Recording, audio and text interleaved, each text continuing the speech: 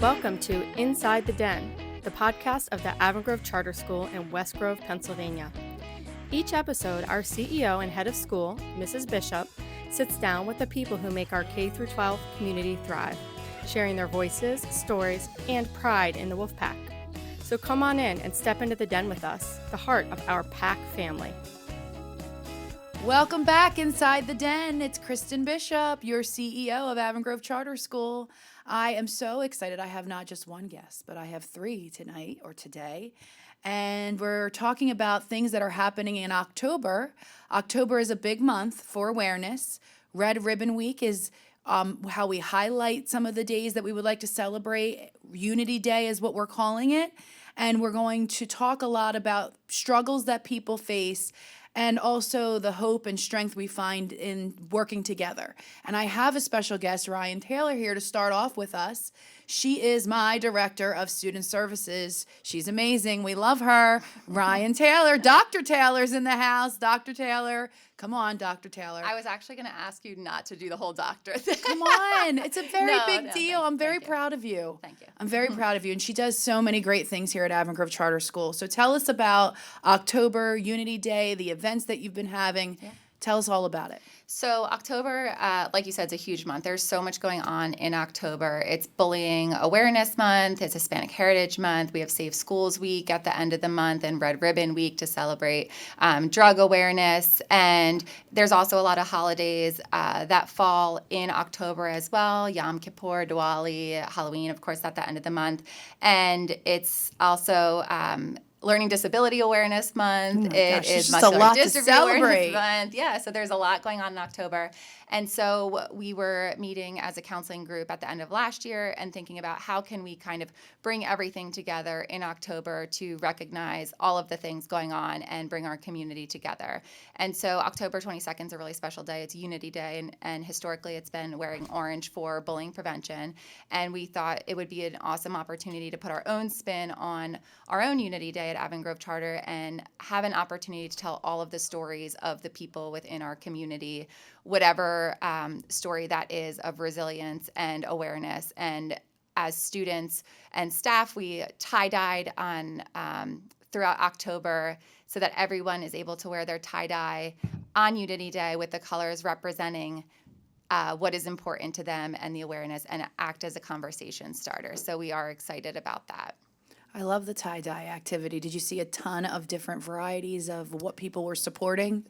There was a ton of different colors. I don't know that I ever want to tie-dye again for the next couple years. My hands are still dyed, but it was really, really a great fun thing for the kids and the staff. And there was so many things that I learned about staff and students, which was really amazing. I love that too. And I love the stories. We're talking about the stories we tell, and you're hearing all these stories, so it kind of goes with our theme. Yeah, and I know that we have some guests here today to share their personal stories about resilience and unity, and so I'm very excited to hear from them as well. All right, so we have our first guest, like Mrs. Taylor just said, about the stories they tell. And I have to say, like March, Marielle Veilleux is here with us. And we were just realized that everybody pronounces like March, Marielle Veilleux's name wrong. Correct. So I'm sorry that happens to you. It's fine. Like your whole life, they've been not saying your name right. I know. Well, luckily, when you're in a school setting, people just refer to you by your last name usually. So. Oh my gosh, I love it. That's true. That is true. You know. All right. Well, tell us about your tie-dye shirt and why you're going to share your story here today with us. So I tie-dyed my shirt green this year because it is for neuromuscular disorder awareness. And growing up, I had a lot of neuromuscular disorders in my family. My grandfather passed when I was very young, when I was a baby, and we didn't know what was going on. My father didn't know what was going on, and then my father had a sister and a brother, so my aunt and uncle all started seeing the same symptoms growing up. So when I was in high school, we started researching a little bit more about what was going on in our family, and we discovered that it was oculopharyngeal muscular dystrophy, or OPMD. And in 2022, my aunt passed. And then in 2024, my dad passed. And then in 2025, my uncle passed. All It's a from ton the of same loss. thing. It was a lot of loss. And so I decided that I wanted to like figure out what was going on a little bit more. So I researched what was happening with all of them. Oculopharyngeal muscular dystrophy is characterized by 3 muscle weaknesses, progressive. It's a very rare but very slow progressing disorder where there's muscle weakness in the eyes, which is called ptosis, so eye drooping, and then muscle weakness in the throat, which is the pharyngeal portion of it, so difficulty swallowing, and then muscle weakness in the proximal limbs, so upper legs and upper arms that are closest to your torso. So they didn't know what they had, and you just decided to do the research and started seeing some of their symptoms. Yeah, I have been obsessed with science since I was very We young. all know. I love that. I love that. And how lucky they are that you kind of embraced what symptoms you were seeing and took it a step further. Yeah. So they all then went to the doctors and got their diagnosis? Correct. So when I was probably in college, I said, we've got to figure out what this is. And I'm one of 6 children also. And my aunt has 3 kids and my uncle has 2 kids. And so we just needed to figure out what was going on. And so I made them go, and they went to go see a neurologist. And then we figured out that it was characterized as OPMD. So that's where we kind of went from there. Yeah. Wow. So you research, you find out, and now you are finding out for the first time that you also Yes. have the diagnosis. So this summer, after I had my uncle's funeral, which was the last of the 3, I decided that I need to know. I was starting to see some signs for me as well. My throat is fine for the most part, but every once in a while it does kind of trigger a muscle weakness going on in there. And so I said, you know what, I'm a data person. I need to understand what's happening. And so I said, I'm going to go find out. So I went to a genetic counselor, and that genetic counselor did a genetic test, and it came back positive. So it is a autosomal dominant disorder. So it's a 50-50 shot that we have it, but it seems that there's a lot of people in the family that do. So it's kind of a strong autosomal dominant disorder. Yeah. We are all here to support you every way you. we can. I have to say, if you don't know Mrs. Veilleux, I know from having a daughter graduate from Avon Grove Charter School and the friends and listening to them, they love her as a teacher. Love her as a teacher, most engaged in her class. And what I hear all the time now, more and more, is that our students are getting into science professions, going to college for science because they love your class and because of the way you've influenced them. So tell me about how you're going to use this diagnosis to motivate, have your students understand, because I can just see it now, how this is going to influence them. Yeah. So for years, I've been talking about it a little bit in class, saying that my dad has muscular dystrophy. Before he had passed, I talked about it a lot. And I actually had a couple of students a couple of years ago who were like, I'm going to go solve this for you. I'm going to cure you. It is a non-curable disease at this point. They treat, but that's about it at this point. So and as we go through, I have students that are like, I'm going to figure this out for you. We're going to figure it out, which I absolutely love because these students are our future for sure. And like you said, a lot of them are going into sciences, and I feel personally like responsible for some of those. And I love that they are considering those kind of things to help very rare disorders and figure those kind of things out. But I do plan to, now that I know more about it and now that I know that I have it, I plan to spend some time in my biomed classes and my AP bio classes really explaining the science behind how these kinds of things happen. Because this is one example of hundreds of thousands of rare disorders out there. So if you can excite them about little things and get them into research or medicine or any of these things, medicine is on the brink of lots of great things right now. So getting them excited about this kind of thing is, top of my mind. I love how you embraced something so difficult for people and you're using it as a platform for people to learn. That is just amazing. Tell me before we end, have you learned about yourself through this journey, about AGCS through this journey? What has changed you the most? You know, for years, I knew that my dad was getting sicker. And when he did pass, obviously, I had a crew of people behind me as we were going through that. And then when I got diagnosed, I have, really great people here that are happy to listen and whatever. And I do want people to understand that this is not a lethal diagnosis now. I'm still young, and my father and my aunt and my uncle were all in their 70s and 80s before it got far enough that was the problem. So there's a lot of things that can be helped, that it's not that big of a deal. I mean, it's a big deal. Obviously, it's a diagnosis, but a lot of people have diagnoses. So it's just another one of those things. But definitely there's so much support and family love here that just... It helps if you're having a bad day, or you're, find something else out, or you learn something new, or whatever, that there's people that you feel like you can talk to around here. So, well, I appreciate so much you sharing your story. Of course. I know that someone out there listening is learning a lot, and our kids are going to learn so much through your classes. Appreciate you. Thank you so much. So next up, I have a high school student, who is willing to share her story. We're going to keep her identity private, but I am just so impressed with her bravery to come on here and share her story. It's about addiction, and I know so many students are facing addiction in their homes, and how important this conversation is. So thank you for sharing, and thank you for being here. I really appreciate that. So tell me, you've shared that addiction has deeply affected your family in particular. Share what it was like growing up, how you had to stay strong or find stability during those difficult times.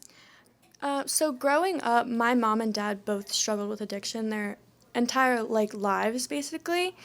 And so growing up, it was very much feeling alone and feeling like you could depend on your siblings, but not at the same time. I'm the oldest, so raising my siblings was definitely very hard, considering my parents weren't mentally ever there. Mm-hmm.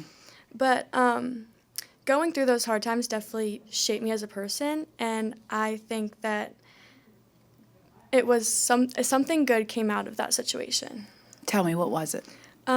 Me and my siblings. Yes. Yeah. You're so close, I'm sure, right? Yeah, especially my brother. I hear that all the time when kids have to deal with parents that are struggling with addiction. Mm-hmm. They have a hard time raising kids. And so the older sibling, the eldest daughter, are you seeing Taylor Swift just came out with her new album, and the eldest daughter? There's a lot of responsibility, a ton of responsibility. And so you didn't sign up to be a mom, but sometimes those responsibilities fall on your shoulders, right? And the connection and the way your relationship is with your siblings is probably very, very different, but they're very lucky to have you. Did you find in that maybe you sheltered them from some of the things that were happening in the home because you had that responsibility as the oldest daughter? Oh, definitely. Mm-hmm. I mean, me and my brother are very close in age, so I feel like we kind of did it together for my two youngest siblings. Mm-hmm. But I think that we tried our best to shelter them from it, and they don't know as much, and it's also just difficult in that way. But sheltering them, I think, definitely helped them in the long run, so they don't have as much to struggle with, and they don't have as many burdens. Sure. They're happy. Definitely. For students who might have a friend or a family member struggling with addiction, what do you wish more people understood about what it really looks like? You can't fix them. Addiction is a sickness that isn't easy to overcome. It definitely comes with a lot of financial struggles and relationship struggles for everyone involved. So I think it's just you have to take it day by day depending on the person and the family member. Sure. I think that you're going to probably see on Unity Day, right? You did a tie-dye shirt? I did not, but all my siblings did. Okay. Are you doing a tie-dye shirt? It was just a station for high school. Like it wasn't, Got it. and I didn't get into the station. Do we know the color? What's the color? Red. So now I'll wear red. We'll see. You'll wear red that day. We'll see red a lot, I'm sure. I'm sure that's going to resonate with you a little different than the other kids, maybe. Mindset is like, because we genuinely don't know. Sure. Can I ask you a question? So I know that there are so many kids out there that are struggling in their homes for this particular reason: alcohol, drugs, substance abuse. It's a real thing that's happening in a lot of homes that more than I wish there was. Do you think that kids feel like at school they have resources, places to go to get the support or help that they need, so it doesn't feel so much on your shoulders? I believe when I was going through that situation, school was my outlet. Being around my friends and being around the certain teachers that made the classroom feel like a home was my outlet. So I think as long as you have a teacher that you trust and you feel like it is a good environment, that will genuinely help you more than anything else. I think that if you're in that situation, you should try to get out, because it not only affects you, but it will affect your future going forward. That's really hard to do Yeah. for kids. I've seen several kids try to support and help at home or feel the responsibility, so much so that they stay in it so long it affects them and their future.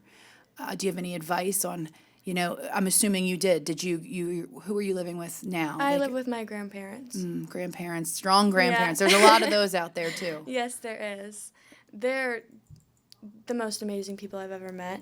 And I think that if you have people around you who are willing to help you, Take the help. get out. Because if you keep yourself in that situation, you will either go down the same path or it will destroy you. It's such good advice. It really is, because I watch kids stay in it too long.